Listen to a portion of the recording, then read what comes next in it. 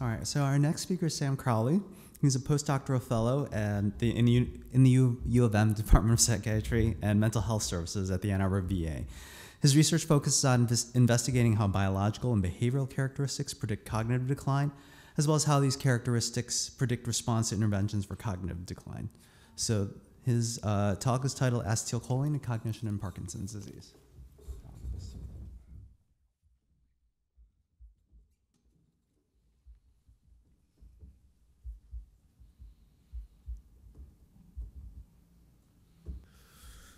All right. Hello, everybody.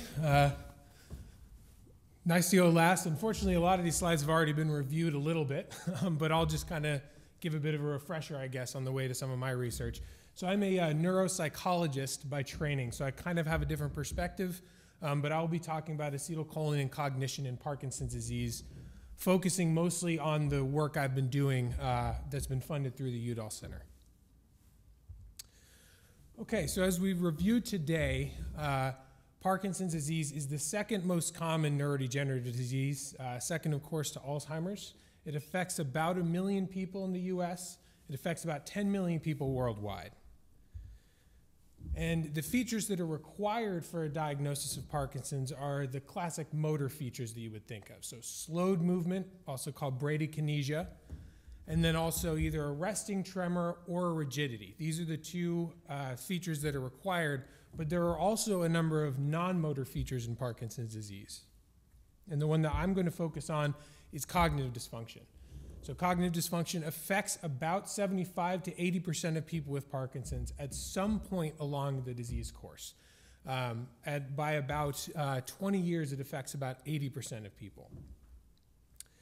And why is it important to think about cognition in Parkinson's? Well, it's something that is important to patients and their caregivers. So this is just a couple of quotes of the perspective of patients and caregivers. So these might be things that some of you in the room might relate to. So these are a couple of quotes from patients. Sometimes my brain freezes up, kind of like my legs sometimes do. Finding the words that I want to say is very hard, and my thoughts seem like they are a blank. So I think this really underscores that the kind of cognitive problems in Parkinson's are different than we might expect in something like Alzheimer's, right, where we have more of a memory problem.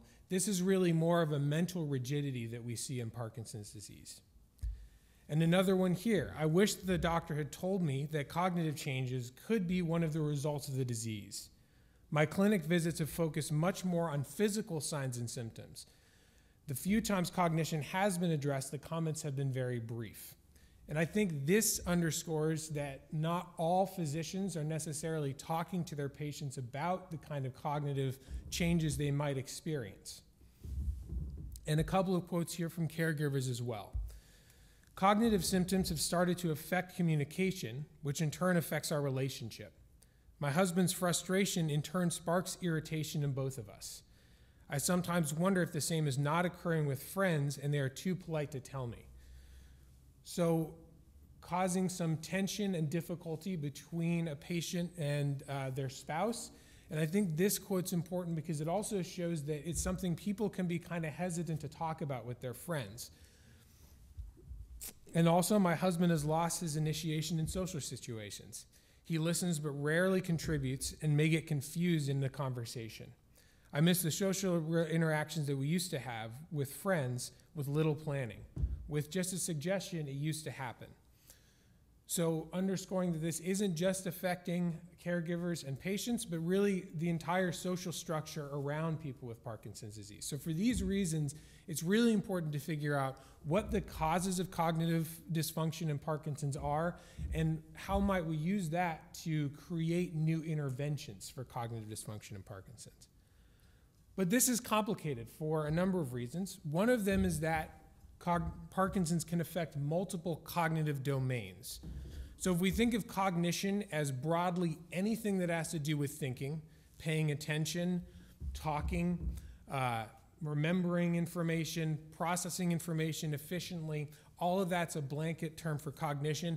We can split it into several domains, and some of them are more commonly affected in Parkinson's. The first of those is called executive functioning. So executive functioning is a kind of broad term that we use that just means higher order cognitive functioning. So reasoning, problem solving, being able to think and adjust on the fly.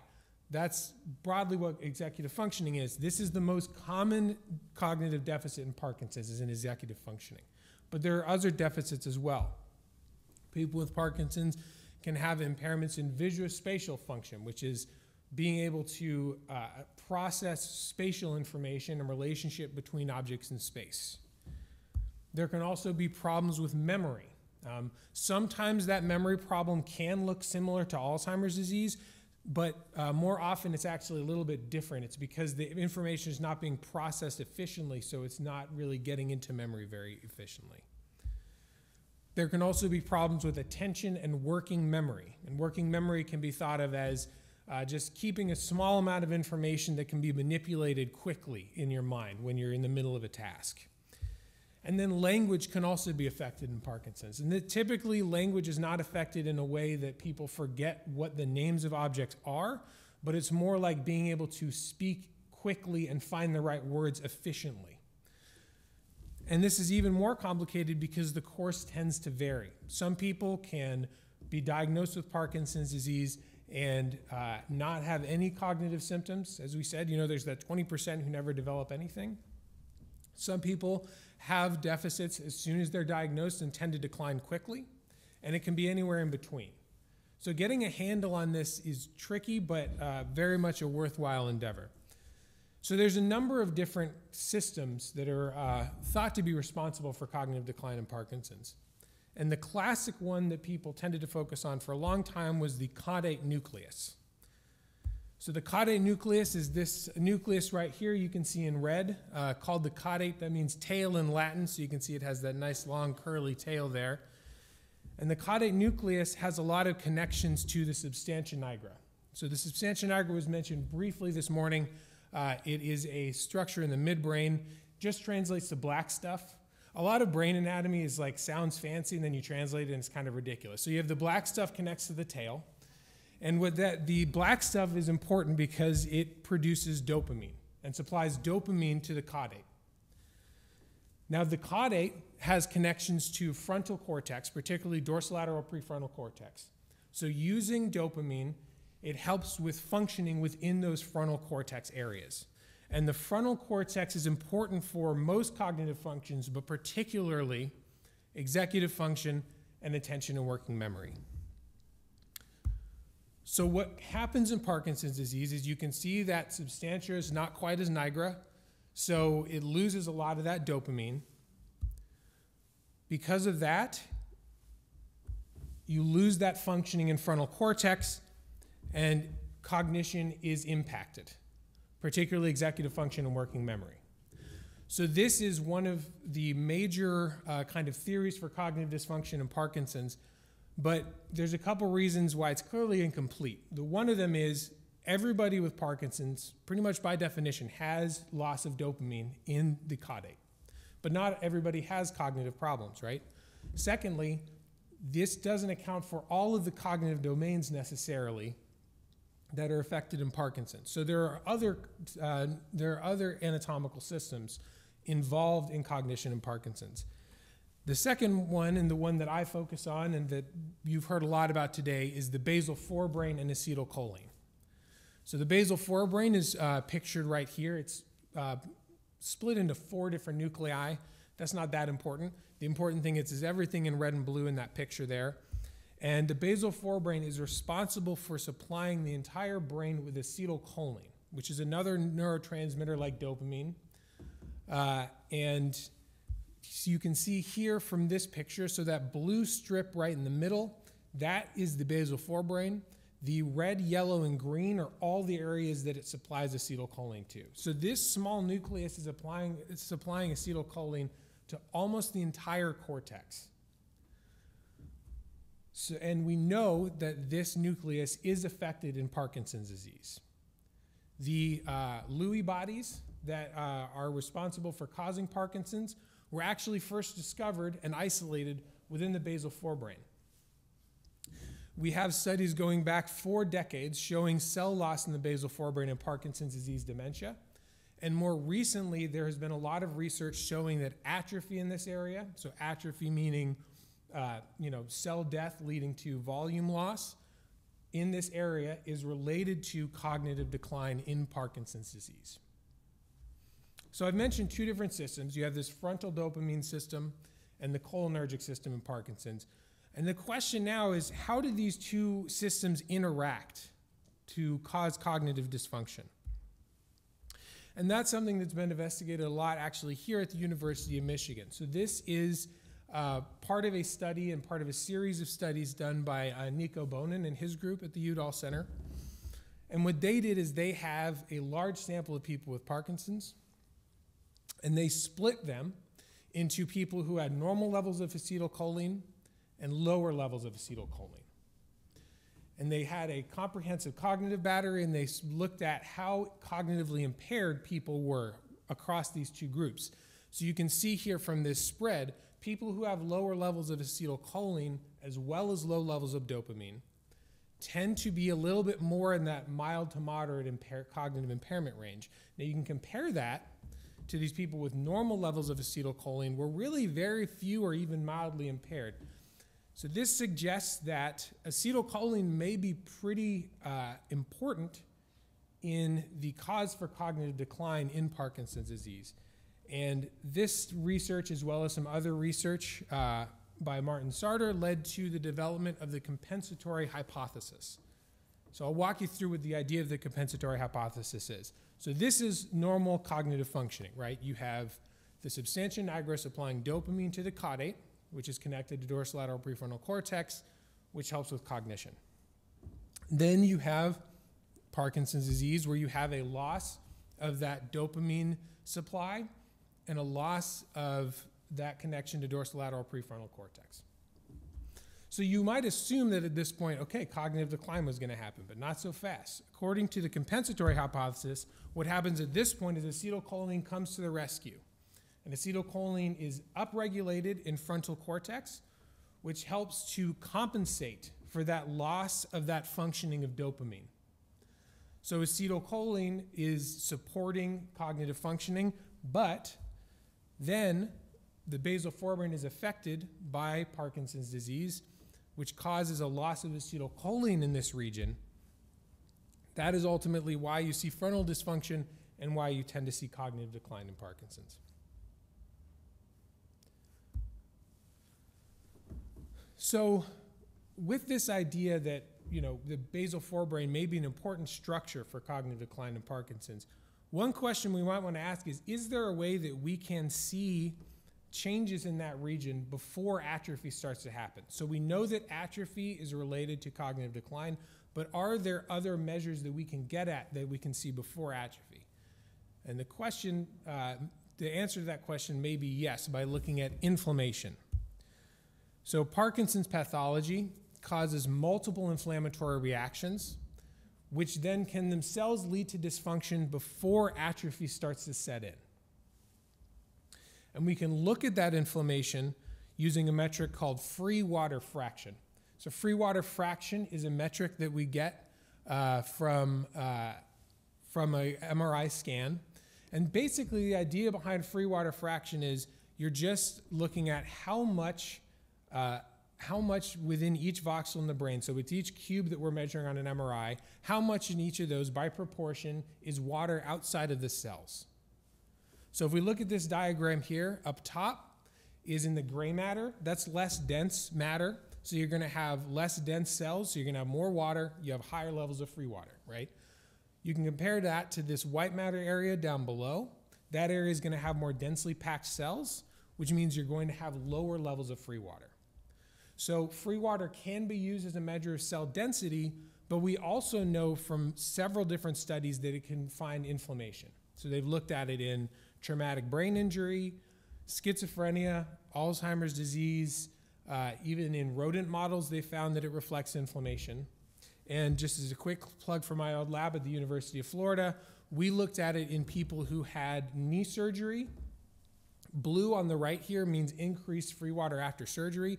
And basically this is showing that the brain tends to get inflamed also after surgery. So there's a lot of evidence showing that free water reflects inflammation. So it may be a good metric for looking at pathology in the basal forebrain before atrophy occurs. Okay, so what do we know so far? We know that acetylcholine is related to cognition in Parkinson's.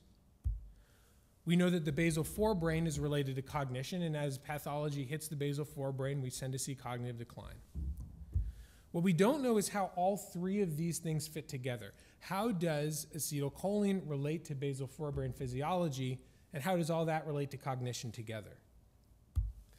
And the other thing we don't know is how does inflammation fit into this picture? And this was the basis for the study that I am running now through a grant that is funded through the University of Michigan's Parkinson's Foundation Research Center of Excellence Pilot Program Project. Try to say that 5 times fast, it's a long one. Where I had the privilege of using the data collected through the Udall Center to investigate the relationship between these variables. So these are the participants that we had. We had 103 individuals with Parkinson's, which is a massive database for the kind of study we're doing. Just as an aside, thank you all, and I'll thank you again at the end, but thank you all for your participation because this is really incredible that we can do this kind of work. So we looked at basal forebrain volume as well as basal forebrain free water fraction. And that's, again, for the free water fraction to look at inflammation and volume to look at atrophy. So, that cell loss and atrophy. We looked at cholinergic PET, which Taylor talked about a little bit earlier, where we were looking at the levels of acetylcholine, and we actually split this into different regions. So these are different tracts that are all innervated from the basal forebrain. So we have this medial area, which is in red, lateral capsular, which is that area in green, and then the lateral sylvian, which is that blue area. We also included hippocampus because our region of interest also has parts of the basal forebrain that connect to hippocampus. So we wanted to include those in the analyses as well. For cognition, everybody in this study went through a comprehensive evaluation for cognition. We focus in specifically here on memory and executive function, reason being these are 2 of the most affected domains in Parkinson's. And then using the research funds, we sent off blood samples that had been collected to look at inflammatory biomarkers. So we sent out so we could look at how inflammation relates to free water and all these other variables. Okay, so we've done a lot of neuroanatomy today, and I'm going to do one more quick crash course for you, but this one's going to be statistics. So the types of analyses that we did for this study are called mediation analyses. So a mediation analysis asks the question of, is there a variable that can explain the relationship between 2 variables? So you may have heard the phrase correlation does not equal causation. And that means that you can have 2 things that are related, right, but it doesn't necessarily mean one is causing the other. And the question that we ask with the mediation analysis is, can we find a 3rd variable that better explains why these 2 variables are related? So let me give you an example. Let's say you live in a town and you find through a study that you're doing that ice cream consumption correlates with violence. Well, that doesn't really make sense on the face of it, right? Unless the guy who's selling the ice cream is screwing up people's orders all the time, there's no real reason why we would expect these things to be related. So we can start asking the question, is there another variable that might better explain why these 2 things are related? So for example, people tend to eat more ice cream when it gets hot outside. When it gets hot outside, people tend to get cranky, and maybe they're more willing to get into fights. So maybe what we can ask is, does the temperature on any given day mediate the relationship between ice cream consumption and violence? Now, we can also take this to another level and do what's called a parallel mediation, which is when we use multiple variables.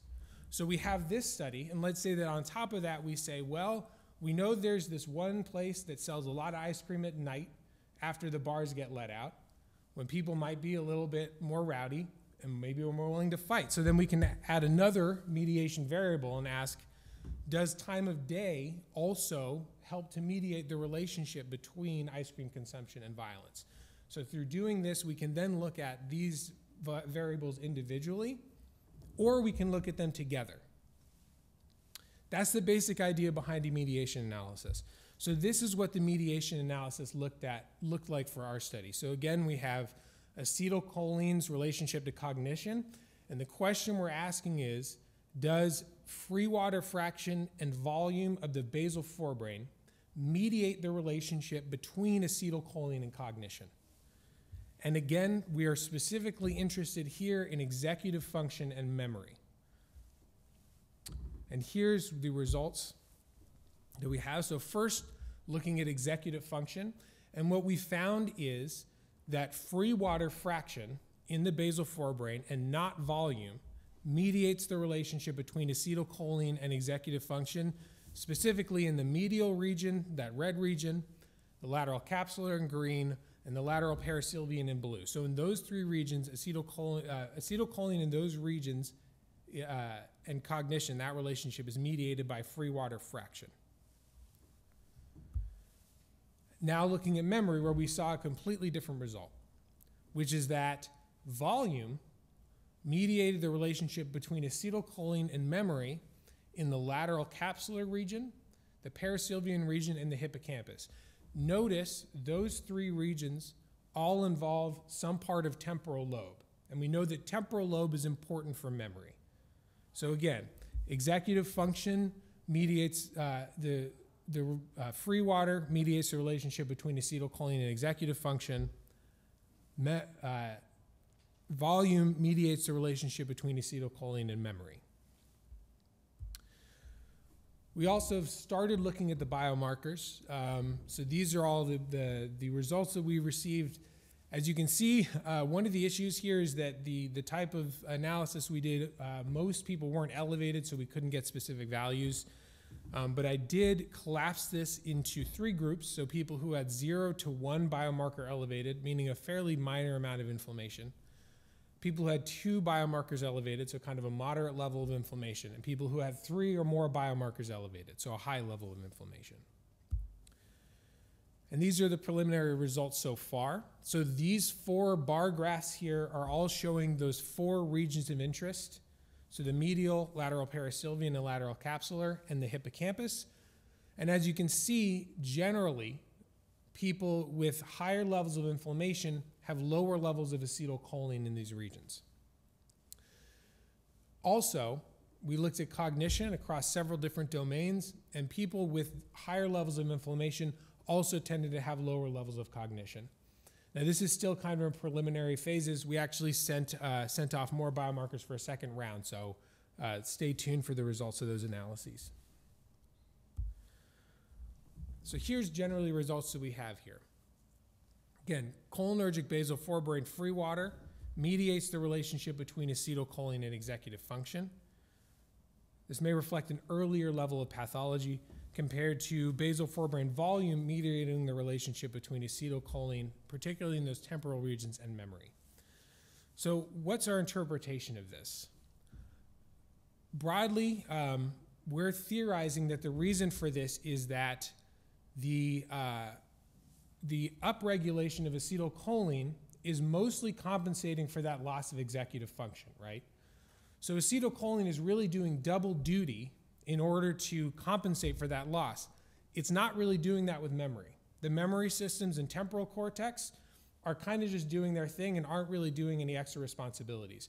So when pathology starts to affect the basal forebrain, what may be going on, right, is last in, first out. So it's already kind of doing double duty. So the first thing that's going to go probably is the cognitive system that is not used to supporting.